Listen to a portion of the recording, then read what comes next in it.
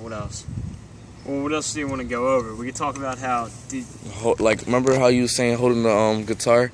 Yeah. Like, restriction of the elbow movements and stuff? Alright, so when you're playing, I saw when you first started, and this is the thing I did, you play it here, right? Yeah. Because you see people on TV like, they're not, obviously they're not, can't be really playing, because who the hell would play? Like that? Yeah, and that's, as soon as you try to do a chord change, you're like, whoa, this is impossible. If you're going to sit down and play it like this, you want it out here.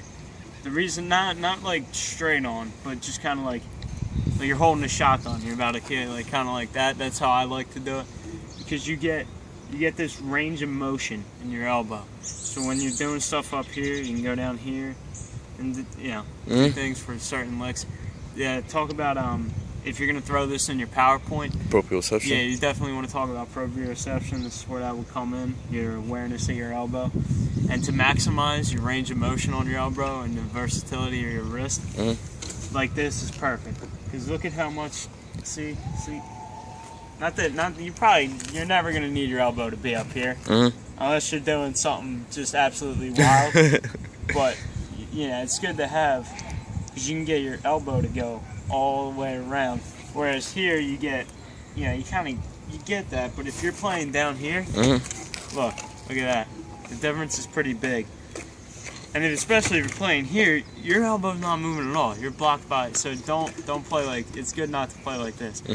And when you have a strap on the guitar too, you're typically going to be playing up. That's why you see a lot of guys, unless you're like the 90s grunge guys that just have to be saggy about everything. But otherwise, most people are going to have the guitar in such a way where the strap comes up here, and they have it tilted like they would be playing it as if they were sitting down like this. See how the guitar kind of remains the same in its angle? They do that on purpose, because this is the best way to get the most out of your range of motion. It makes, not only that, it makes playing a lot easier. So this stretch becomes a lot easier when you're standing up, because you can point your elbow down, as opposed to when you're playing like this or like this. So this, easiest, like this way is the easiest. Second easiest, don't ever do this.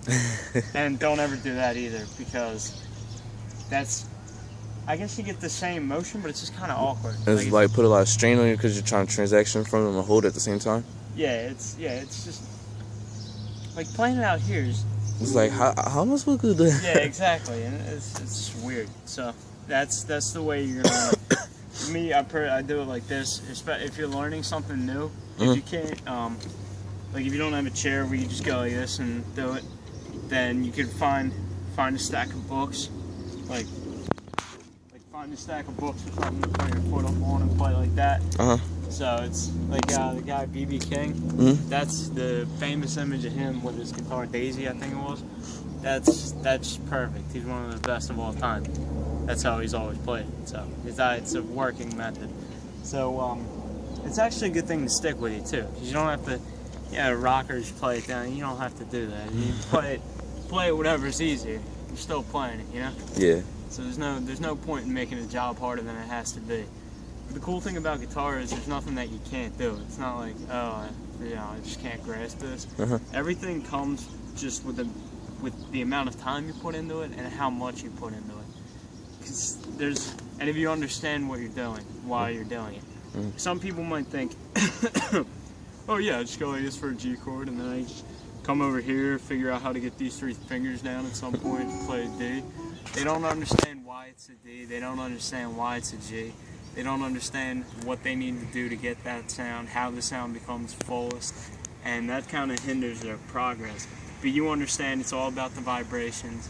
It's all in a lot of the chords, like this C, you're not playing a Z. It's a C because of the vibrations of those 5 strings, not this big E.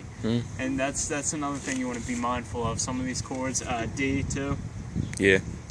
You're not gonna play you're not gonna play a lot of the strings. It's just, it comes with practice, missing the first 2, because you're just gonna have to get used to your awareness on the guitar. The hardest thing for me was going from, A, you have to skip, G, you can play all, E, you can play all, D, people sometimes only play 4 or 5, but you're gonna have to skip at least one depending upon what you're going for there. It can get to be a lot, but with the perfect practice, you can get. Oh, look at that! I got that down. Now I'm going to a G. I know to play all 5. Don't do what I just said, but you go. Now I'm going to a G, and you get all 5. So that way, when you go to do it and you do it fast, you'll be like, oh, I remember all this. It's muscle memory is really what that is, and that's exactly what's at work there. It's perfect. That's about it. I mean, we could, and I don't want to get you on scales yet because you're gonna have to progress a little bit further. Yeah, right? that's gonna come with progress. Not to say you can't do it. I'm sure you easily could. But the best thing to tackle first is the chords. So that way you can start on you start doing some songs. You're doing some songs with that. Cause some of the best songs in the world are really simple. You know, "Bad Moon Rising" by Creedence Clearwater Revival. Nah, I probably don't. Well, that's just an A. Well, yeah, this is that sound, but it's an A cut off to a D and then a G. It's not anything impossible, and it's a really, really cool sound just using cage chords. But what a lot of people do is just take something really simple and make it real something difficult. Cool. Yeah. Yeah, like some of my favorite songs are really, really simple. Not everyone's gonna be Jimmy Page, like out there on a note, or Jimi Hendrix. You know, a lot of the music is pretty simple. Most of rock is just this. That is like 99% of alternative rock, which is, you know, so you can tackle a lot of those songs. Green Day, Blink-182. A lot of theirs is open chords, just transitioning, and you can get a capo, which is pretty cool. I don't know if I talked to you. It's the things that like clamp onto they the clamp frame. on, so that'll change the tuning a little bit, but you're still gonna have the same E structure. It's just gonna be moved a couple things down. I'll write you a chromatic scale so you know what the names are, but you don't really need to know them. As long as you just know where to put the capo, and then I'm sure there's going to be a lot of internet sites that'll give you the music for it while it's barred over a specific fret. Just so you can get that out of the way. So you don't have to sit there and be like, all right, F sharp, you know. It's a lot less work. I gave you the minor chords. Yeah. And that one chord that's some type of D, like you don't know what it is. What are you doing? It says self-directed learning project. What is it? He's got a self-directed learning project for health. Are you taping me right now? Yeah. Why? You're in? Part of the project now. Oh, my project? Yep. Yeah, he wanted to learn how to play guitar, so I was going to talk to him. Be Very more nice, efficient at very it. nice. Now, is that a guitar or a ukulele? This is a guitar, but it's a really cheap one. It's like falling apart and stuff. Yeah, that's why it's tiny and yeah. Nice.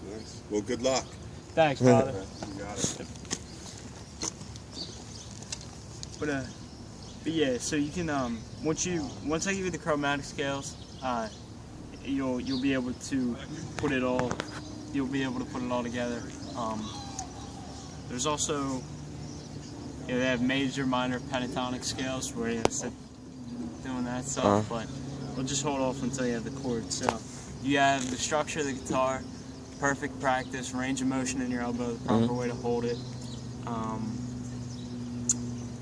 gave you the chord. Yeah, it's pretty much the beginners. Basic stuff. Yeah, that's all you really need. So if that works out, just let me know if you need any more. All right. Yeah.